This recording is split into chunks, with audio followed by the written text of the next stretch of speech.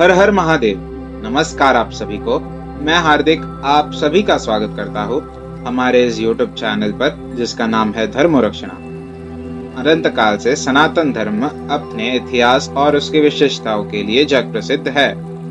हम आपके लिए सनातन धर्म से जुड़े साहित्य, विज्ञान, देवी देवताओं के महात्म्य और अन्य शास्त्र जो हमारे ऋषि मुनि द्वारा रचित अथवा लिखित है, उनकी सारी जानकारी आपके लिए यहाँ प्रस्तुत करेंगे। इस कलयुग में हर एक तक हमारे प्राचीन ग्रंथ, वेद, पुराण, उपनिषद और अन्य साहित्यों के विषय में रोचक जानकारी हम आप सभी के लिए यहाँ प्रस्तुत करेंगे। आशा करते हैं हमें आपका सकारात्मक प्रतिसाद मिलता रहेगा। हर हर महादेव। श्री रुद्र संहिता चतुर्थ खंड, पहला अध्याय, शिव पार्वती विहार।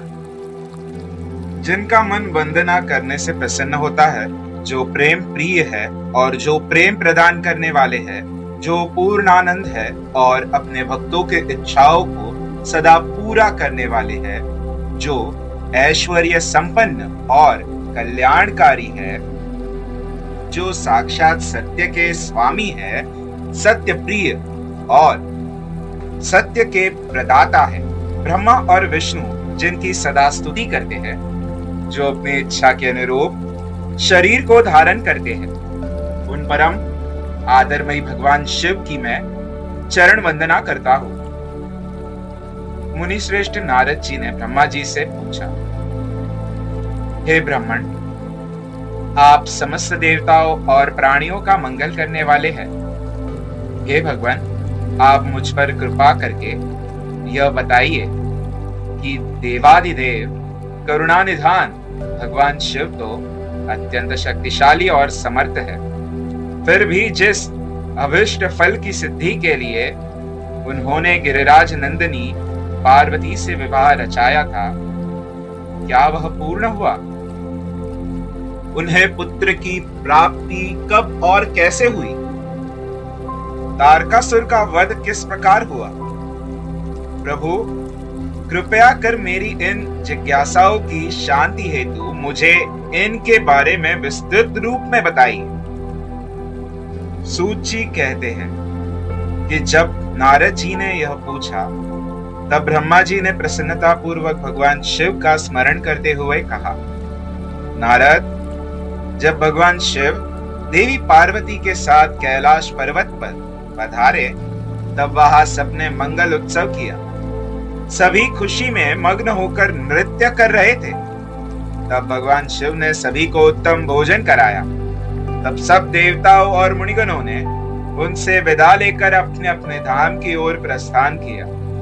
सब देवताओं के कैलाश पर्वत से चले जाने के पश्चात भगवान शिव अपनी प्रिया पार्वती को साथ लेकर अत्यंत मनोहर, दिव्य और निर्जन स्थान पर चले गए और वही सहस्त्रों वर्षों तक पार्वती जी के साथ विहार करते रहे।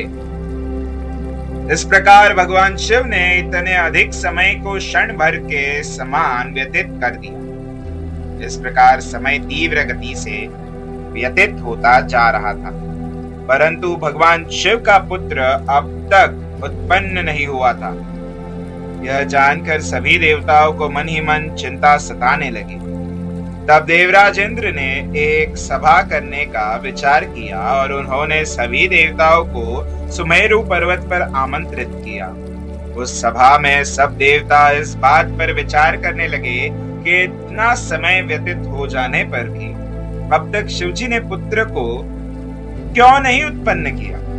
वे सोचने लगे कि शिवजी अब क्यों विलंब कर रहे हैं। उस समय मुझ ब्रह्मा को लेकर सब देवता भगवान श्री हरि विष्णु के पास गए और कहने लगे कि हे हरे, भगवान शिव हजारों वर्षों से रति क्रीड़ा कर रहे हैं। उनका पार्वती जी के साथ विहार अब भी जारी है, परंतु अब तक किसी शुभ समाचार की प्राप्ति नहीं हुई है। तब भगवान श्री हरि विष्णु मुस्कुराए और बोले, हे देवताओं, आप इस विषय में इतने चिंता मत कीजिए। शिवजी स्वयं अपने इच्छानुसार स्थिति से विरत हो जाएंगे।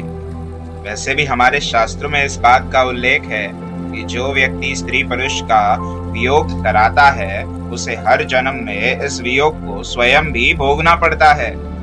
अतः अभी कुछ भी नहीं करना चाहिए। कुछ समय और व्यतीत हो जाने दो। अभी हमें सिर्फ प्रतीक्षा करनी होगी। कुछ देर सोचने के पश्चात श्री हरि ने पुनः कहा, 1000 वर्ष बीत जाने पर आप सब लोग शिव जी के पास जाना तथा कोई युक्ति लगाकर ऐसा उपाय करना कि उनका शक्तिपात किसी भी प्रकार से हो जाए। उसी शक्ति से हम उनके पुत्र की प्राप्ति हो सकती है। परंतु इस समय आप सब देवता अपने अपने धाम को चले जाए। भगवान शिव को अपनी पत्नी पार्वती के साथ आनंद पूर्वक विहार करने दें। सब देवताओं को समझाकर श्री हरि वैकुंठ धाम को चले गए।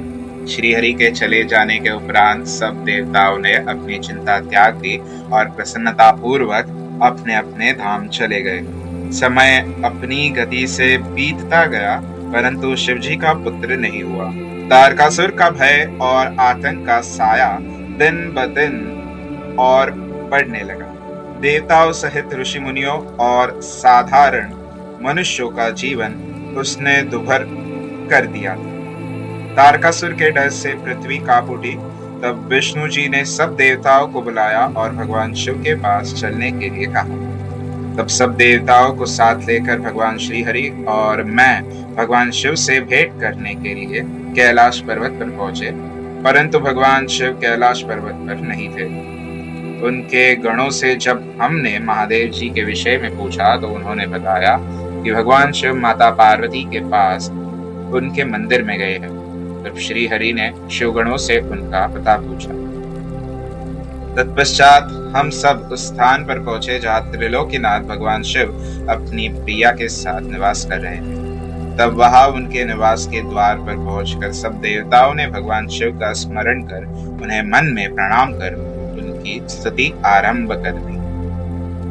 अध्याय 1 समाप्त। हमारे कार्य की सराहना करते हुए इस YouTube चैनल को सब्सक्राइब करें, वीडियोस को शेयर करें और लाइक करें। हमारे कार्य मानव जाति के हित हेतु अधिकांश मानव जाति तक पहुंचाने में हमारी सहायता करें। भविष्य में हमारे सनातन धर्म के विषय में अधिक जानकारी प्राप्त करने हेतु हमारे साथ बने रहे इस YouTube चैनल पर, जिसका नाम है धर्म रक्षणा। धर्मो रक्षति रक्षितः। हर हर महादेव।